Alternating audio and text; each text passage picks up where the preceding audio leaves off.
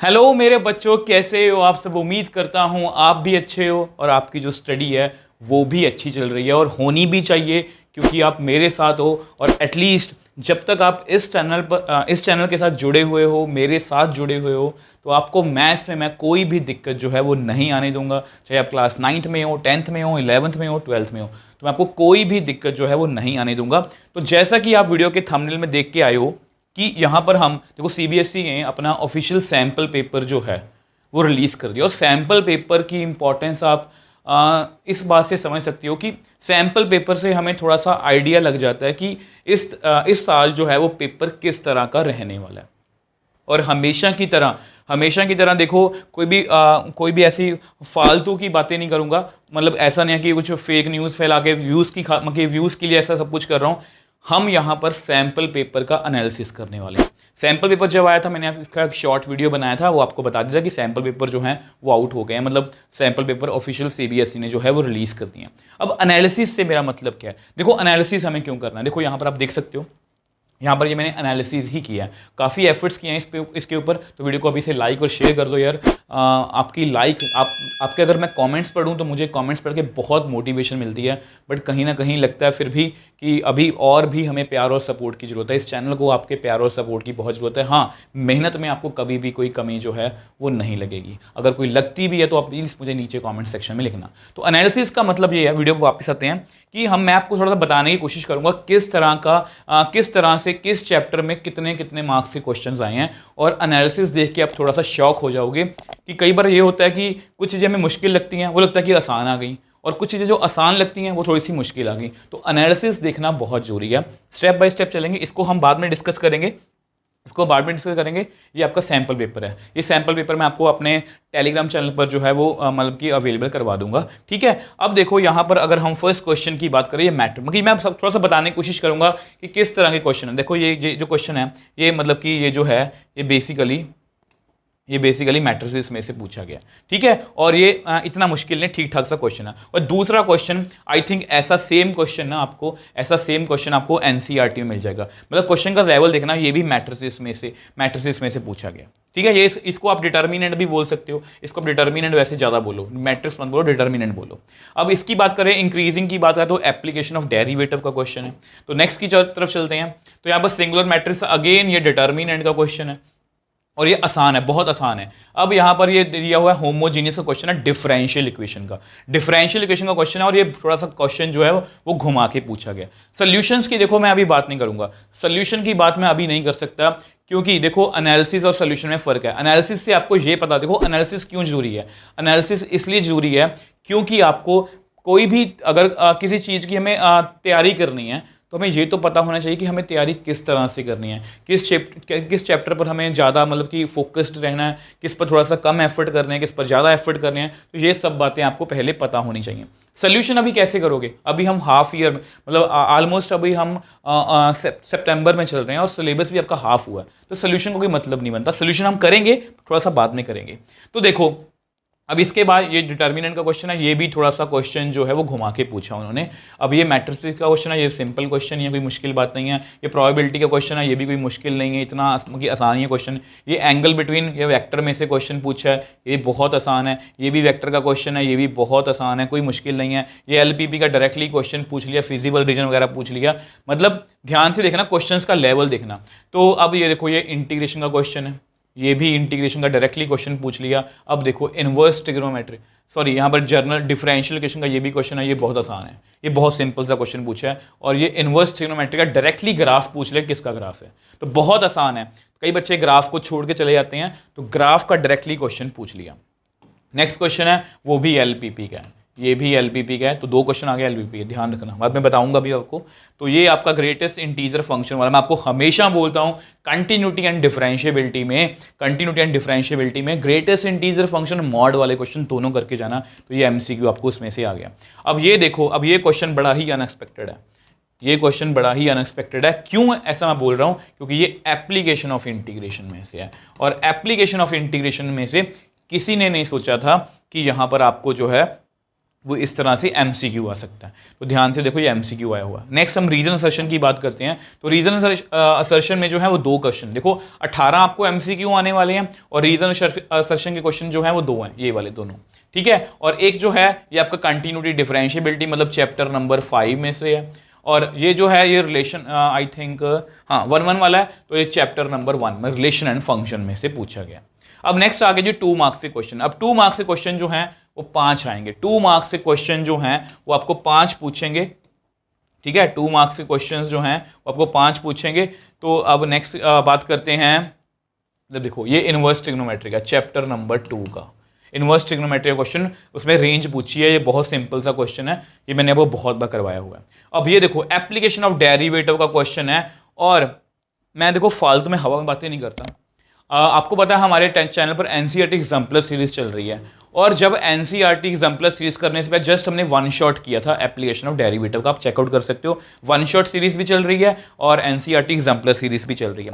Application of derivative मैंने आपको ये बताया था कि ऐसे क्वेश्चंस जो है ना ये आसान होते हैं, ऐसे क्वेश्चंस जो हैं वो आसान होते हैं, बट कई बार इसको हम छोड़ देते हैं। तो ये क्वेश्चन बहुत बहुत आसान, जस्ट डेरिवेटिव करना, वैल्यू फिल कर देनी है, ठीक है। तो ये देखो डेरिवेटिव क्वेश्चन कितना आसान है। यहाँ पर देखो डेरिवेटिव का क्वेश्चन है tan इनवर्स एक्स का डेरिवेटिव log x के विद रिस्पेक्ट टू करना है, मतलब पैरामीट्रिक फॉर्म में से है। और दूसरा क्वेश्चन वेरिएबल की बात, वेरिएबल, ये भी बहुत आसान है।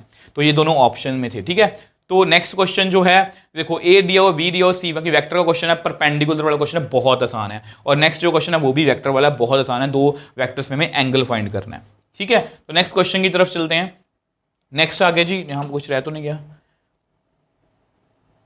ओके, ये भी वेक्टर का, देखो यहाँ पर इन मतलब कि ना देखो यहाँ पर इन दोनों क्वेश्चन में ना ऑप्शन है, यहाँ पर और है कि वेक्टर में से कोई भी एक क्वेश्चन कर लो। ये भी एक वेक्टर का क्वेश्चन है, एरिया ऑफ पैरेललोग्राम वाला क्वेश्चन, ठीक है। अब नेक्स्ट है जी a kite is flying at which. अब ये क्वेश्चन थोड़ा सा मुश्किल उन्होंने पूछा है, बट मैं आपको बताऊं ये NCERT एग्जाम्पलर का क्वेश्चन है, एप्लीकेशन ऑफ डेरिवेटिव का।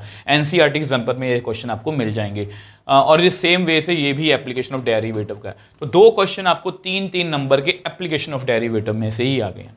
अब नेक्स्ट जो है, अब ये बहुत ध्यान से देखने की बात है कि ये क्वेश्चन जो है ये वेक्टर का है, और जो ऑप्शन में आया वो क्वेश्चन जो है वो 3D का है। ये क्वेश्चन जो है मतलब या तो आप मतलब ये 28-20 भी मतलब 28 ये मतलब ए पार्ट है, ये बी पार्ट है, इनमें ऑप्शन है। ये 3D का है, ये वेक्टर का है। तो वेक्टर के काफ़ी क्वेश्चन इस बार पूछे गए हैं। ये डायरेक्टली इंटीग्रेशन का क्वेश्चन है, ये बहुत बार रिपीट हुआ है, ये भी बहुत बार रिपीट हुआ है। इनमें भी ऑप्शन है, कोई भी एक क्वेश्चन करना है। ये LPP का सिंपल सा क्वेश्चन आ गया, ये आपको 3 नंबर में आएगा ही आएगा, जो हमें श्योर है। तो प्रोबेबिलिटी क्वेश्चन है। अब यहाँ पर जो है ये प्रोबेबिलिटी का क्वेश्चन जो है बहुत अच्छा मतलब कि पार्ट्स में पूछा गया है। मतलब कि यहाँ पर देखो ये 2 मार्क, ये 1 मार्क, और यहाँ पर भी इस तरह से यहाँ पर एक और क्वेश्चन पूछा गया है कि या तो आप ये कर लो, या नेक्स्ट जो क्वेश्चन है वो भी प्रोबेबिलिटी का, I think yes R1 is proportional to, yes ये भी प्रोबेबिलिटी का। और ये प्रोबेबिलिटी के दोनों क्वेश्चन जो हैं ये थोड़े से एडवांस लेवल के हैं। ये दोनों क्वेश्चन जो हैं ये एडवांस लेवल के, आपको एक ही करना है इसमें से, ठीक है। अब नेक्स्ट चलते हैं जी। नेक्स्ट आएंगे आपको 4 क्वेश्चन आएंगे 5 मार्क के, ठीक है। 4 क्वेश्चन जो हैं ये आपको 5 मार्क के आएंगे। अब देखो यहाँ पर अगर आप देखो ये application of derivative, application integration का सॉरी क्वेश्चन है, और एक्सपेक्टेड है, एक्सपेक्टेड क्वेश्चन है। वैसे आपको इसमें भी एक बात ऐड कर दूं, नॉर्मली हम ये एक्सपेक्ट करते हैं पैराबोला लाइन के साथ, सर्कल लाइन के साथ, बट ऐसा कुछ नहीं है। यहाँ पर ट्रिग्नोमेट्री वाला क्वेश्चन आया हुआ है, कई बार बच्चे इसको छोड़ देते हैं, तो प्लीज़ इसको ध्यान से करना है। अब नेक्स्ट जो क्वेश्चन है, अब इस क्वेश्चन को लेके मैं इसको याद कर लो, 33rd क्वेश्चन है। नॉर्मली हम ये बोल देते हैं टीचर्स कि बच्चे डिटर्मिनेंट में से मैट्रिक्स मेथड आ ही जाएगा, जस्ट इक्वेशन सॉल्व करनी होगी मैट्रिक्स मेथड से। वही वाला मेथड है AX = B और X = A इनवर्स B, ठीक है। ये क्वेश्चन वही है, बट क्वेश्चन को पूछने का ढंग बिल्कुल बदल गया। यहाँ पर एक इक्वेशन दी है जो इन पॉइंट्स में से पास हो रही है, तो हमें जस्ट इन पॉइंट्स को वापस यहाँ पर फिल करना है, तीनों पॉइंट्स को यहाँ पर फिल करना है। तो हमारे पास 3 इक्वेशंस आएंगी, किस में आएंगी? A, B और C में। नॉर्मली जो है वो हमारे पास इक्वेशंस आती हैं XYZ में, यहाँ पर A, B, C में आएंगी। देखो मैं बार बार बोल रहा हूँ इसका सोल्यूशन हम करेंगे, बट अभी नहीं, ठीक है। अब देखो नेक्स्ट क्वेश्चन जो है 5 मार्क का। अब ये जो डेरिवेटिव का क्वेश्चन है 5 मार्क का, ये किसी ने एक्सपेक्ट नहीं किया था, और ये सिंपली NCERT का क्वेश्चन है। NCERT मिसलेनियस का ये डायरेक्टली क्वेश्चन आ गया, और ये भी ऑप्शन में जो है ये भी कंटिन्यूटी एंड डेरिवेटिव का क्वेश्चन है, ठीक है। अब यहाँ पर सीधा क्वेश्चन उन्होंने पूछ लिया कि शॉर्टर डिस्टेंस वाला या इमेज वाला क्वेश्चन। जिन बच्चों ने 3D मेरे से पहले ही पढ़ी है उनको पता है इमेज वाला क्वेश्चन और 3D, मतलब यहाँ पर भी जो है ये क्वेश्चन बहुत आसान है। यहाँ पर जो 5 नंबर में जो क्वेश्चन अनएक्सपेक्टेड है वो डिटर्मिनेंट का, जो किसी ने नहीं सोचा था। ठीक है, अब आगे जी केस स्टडी। अब देखो अगर केस स्टडीज़ की बात करें तो 3 केस स्टडीज़ हैं, हर एक जो है 4 मार्क्स की है। तो पहली जो केस स्टडी है वो बेसिकली एप्लीकेशन ऑफ डेरिवेटिव के, जिसमें मैक्सिमम मिनिमा का एक्सपेक्टेड क्वेश्चन है। दूसरी जो केस स्टडी है वो रिलेशन एंड फंक्शन की है। ठीक है, इसमें रिलेशन फंक्शन दोनों यूज़ हो रहे हैं, मतलब 1 1 ऑन 2 और इक्विवेलेंस रिलेशन दोनों कुछ यूज़ हो रहा है। और तीसरा जो क्वेश्चन है हमेशा की तरह वो किस में से है, प्रोबेबिलिटी में से, वो चाहे थ्योरम ऑफ टोटल प्रोबेबिलिटी हो, बेस थ्योरम हो। तो इस तरह से ये हमारा पूरा सैम्पल पेपर हमने एनालिसिस किया। तो अब यहाँ पर वापस चलते हैं इस टेबल पर। तो ध्यान से देखो, अगर हम इसको यूनिट में डिवाइड करने की कोशिश करें तो पहला यूनिट जो है वो 8 मार्क्स का आपको आ रहा है। अगर हम दूसरे यूनिट की बात करें जिसमें मैट्रिक्स और डिटर्मिनेंट है, वो भी आपको 10 नंबर का आ रहा है। और अगर हम सबसे बड़े यूनिट की 5वां, 6वां, 7वां, 8वां और 9वां, ठीक है, यानी कि जो कंटिन्यूटी है, application of derivative, application of integration है, इंटीग्रेशन है और डिफरेंशियल इक्वेशन है, अगर हम इनको जोड़ें 22, 5, 27, 6, 33, 35, तो 35 मार्क्स का आपको कैलकुलस आ रहा है। जो मैंने आपको हमेशा बताया भी है, ये यहाँ पर ये बताने की कोशिश की है कि किस किस में से MCQ आए हैं, किस में रीजन सर्शन आया हुआ है।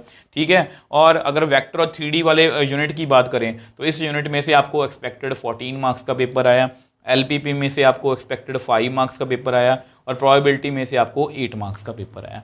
तो ये प्लीज़ आप इसका स्क्रीनशॉट लेके रख सकते हो। यहाँ पर मैंने ये बताया, देखो केस स्टडी कहाँ से आई है, रिलेशन फंक्शन में से, एप्लीकेशन ऑफ डेरिवेटिव, जो मैंने आपको यहाँ बात बतानी थी। ध्यान से देखो, ये तो मैंने आपको वेटेज बता दी यूनिट वाइज। ध्यान से देखो, नॉर्मली हम बच्चों को ये बोलते हैं, मैं भी यही बोलता हूँ कि बच्चों डेरिवेटिव में से 4-5 नंबर का पेपर आएगा और इंटीग्रेशन में से अराउंड 10 नंबर का पेपर आएगा। ध्यान से देखो, डेरिवेटिव में से 1, 2, 3, 4 और 5, 9 नंबर का पेपर आपको डेरिवेटिव में से ही आ गया। और इंटीग्रेशन देखना, 2 MCQ हैं और एक 3 नंबर का क्वेश्चन, वो भी ऑप्शन का, मतलब 5 नंबर का पेपर इंटीग्रेशन में से है।